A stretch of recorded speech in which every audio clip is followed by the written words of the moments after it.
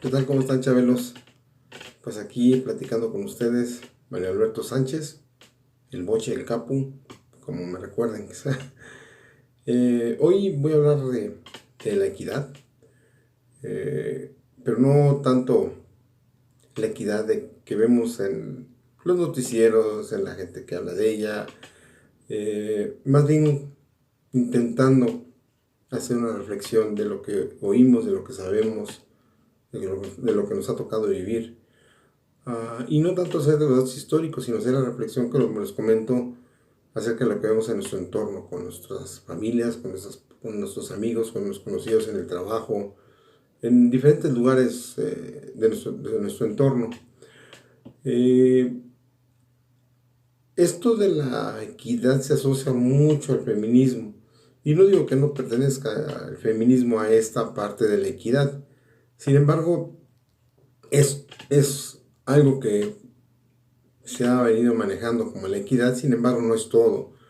Eh, y lo único que ha provocado esto de exaltar tanto esto del feminismo es que las posiciones se han radicalizado, se ha vuelto de manera muy clara agresivo hacia la sociedad, hacia las personas, hacia las mujeres.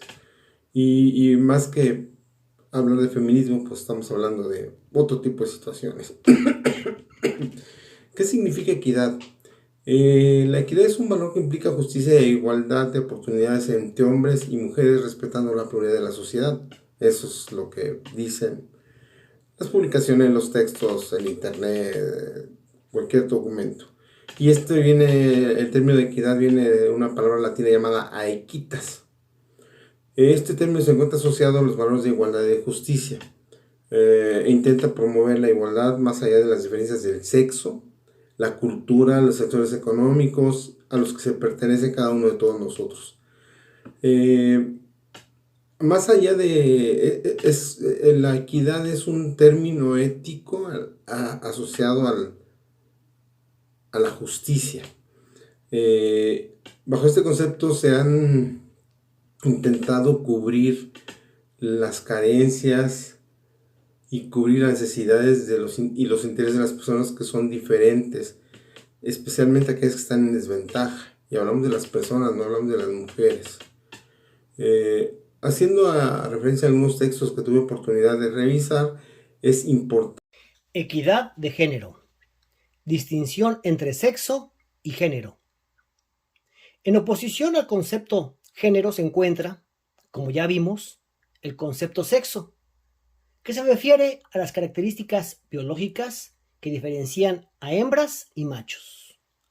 Al hablar de la noción de sexo, es importante recordar que, a pesar de que los positivismos modernos lo consideran un dato duro, anclado a los cuerpos de los seres humanos, la idea sobre el sexo ha cambiado a lo largo de la historia.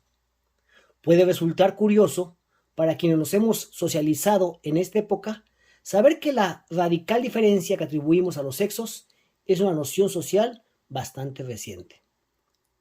La idea generalizada que se tiene sobre el sexo y el género es que se trata de la misma cosa, pues en el fondo se reduce a la identificación de una persona como mujer o como hombre.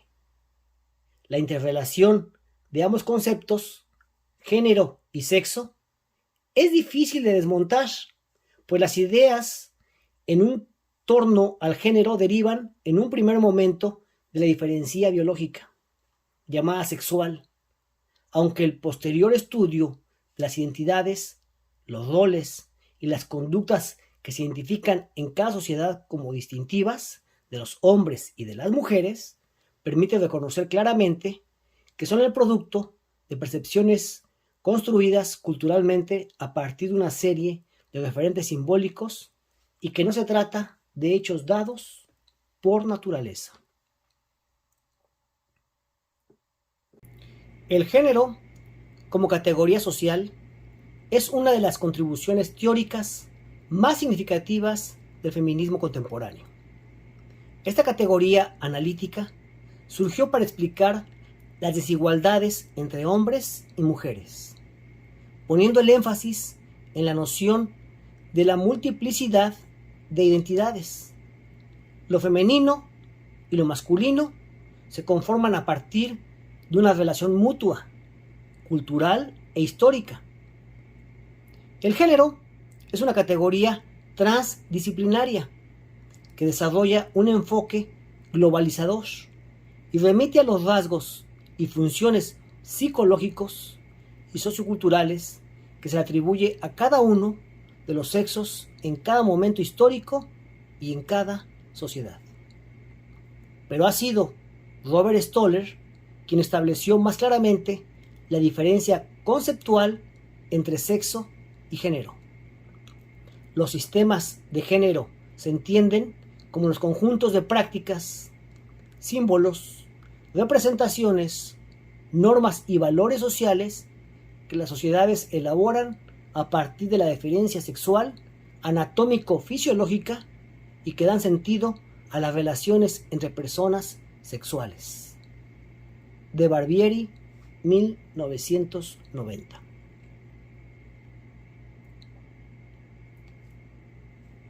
Existe cierto consenso en que es necesario establecer distinciones entre sexo y género.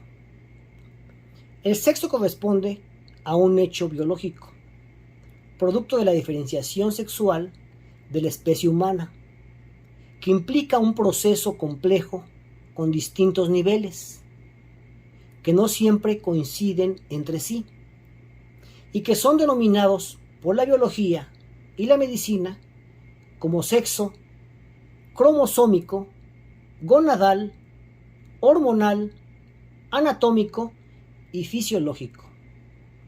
A la significación social que se hace de los mismos se la denomina género.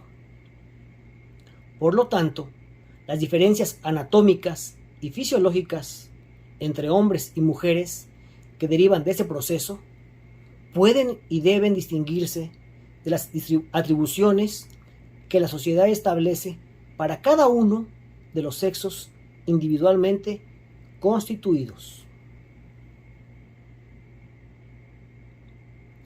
La desigualdad. La desigualdad de ingresos, desigualdad económica, incluido patrimonio heredado o acumulado, junto con la educación, la salud y el contexto social y familiar, determinan el grado de igualdad o desigualdad social.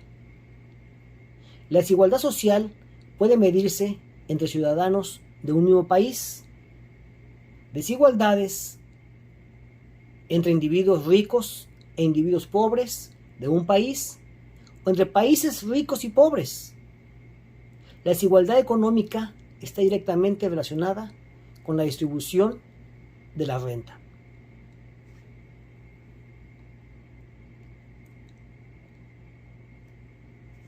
Desigualdad social, ¿de qué hablamos exactamente? 1.1. Definición de desigualdad social. 1.2. ¿Cómo se manifiesta? 1.3. ¿Qué implica? Punto número 2. ¿Siempre ha existido la desigualdad social? Punto 2.1. Desigualdad y privilegios desde la antigüedad. 2.2. El reconocimiento de los derechos del ser humano. 2.3. Los derechos fundamentales no bastan para eliminar la desigualdad. 2.4. Acabar con la desigualdad, objetivo de la ONU. Punto número 3. Los datos sobre la desigualdad mundial. Punto número 4. ¿Cuáles son las principales causas de la desigualdad social? Punto número 4.1. Corrupción. 4.2. Sistemas fiscales inequitativos. Punto 4.3. Privatización de servicios públicos. Punto 4.4. Distribución injusta de la inversión y el gasto público. Punto número 4.5. Acceso desigual al conocimiento. Punto número 4.6. Marginación de espacios públicos e incidencia. 4 puntos. 7. Guerras y conflictos armados.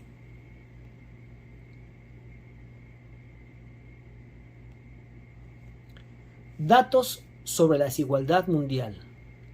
Un 1.1% de la población mundial posee más riqueza que el resto de las personas. Se incrementa la brecha salarial entre las personas trabajadoras con mayor y menor retribución. La población más adinerada ha incrementado su riqueza, mientras la población más pobre ha sufrido justo lo contrario. La presencia de paraísos fiscales permite a las grandes multinacionales y personas más ricas eludir el pago de los impuestos correspondientes.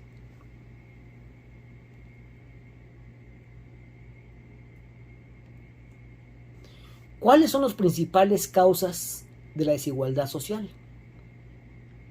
La desigualdad social es un problema estructural, es decir, está enquistada en los sistemas políticos y económicos que determinan el rumbo de nuestras sociedades. Y quizá de ahí provenga la dificultad para combatirlos definitivamente. Como decíamos antes, es una situación cuyas causas varían según las características de cada lugar, región, país o continente.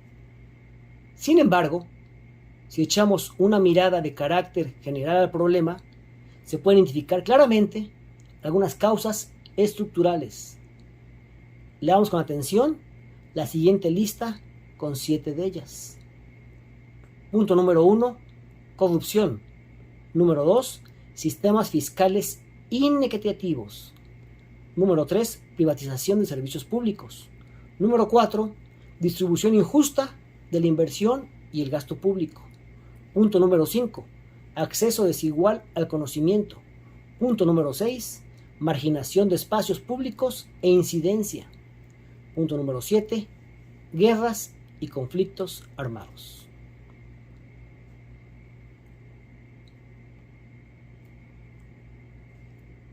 ¿Qué lugar ocupa México en la desigualdad social? México se posicionó como uno de los países de América Latina con mayor desigualdad en la región.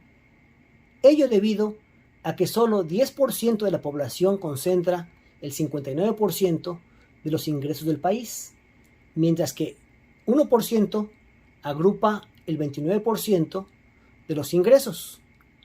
Plasmó el reciente Informe Regional de Desarrollo Humano 2021 del Programa de las Naciones.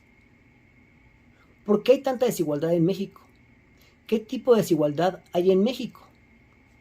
7 datos que muestran la desigualdad extrema en México. El 1% de la población recibe 21% de ingresos de todo el país. Los ricos se hacen más ricos. Sectores privilegiados. Régimen fiscal favorable a los más ricos. La población indígena es 4 veces más pobre. La educación pública contra violencia a causa de la marginación.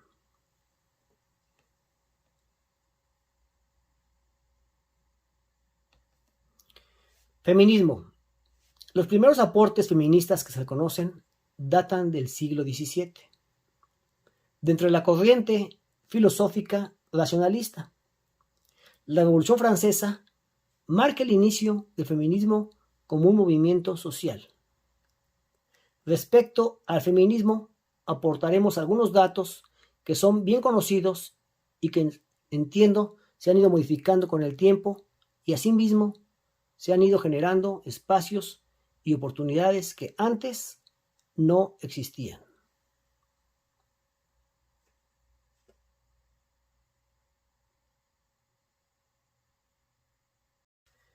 Acerca del feminismo, hay posiciones muy radicales, como mencionamos al inicio de esta plática. Ahora vemos movimientos válidos de exigencia de derechos, oportunidades e igualdad, que desde nuestro punto de vista ya existe y se dan conforme pasa el tiempo.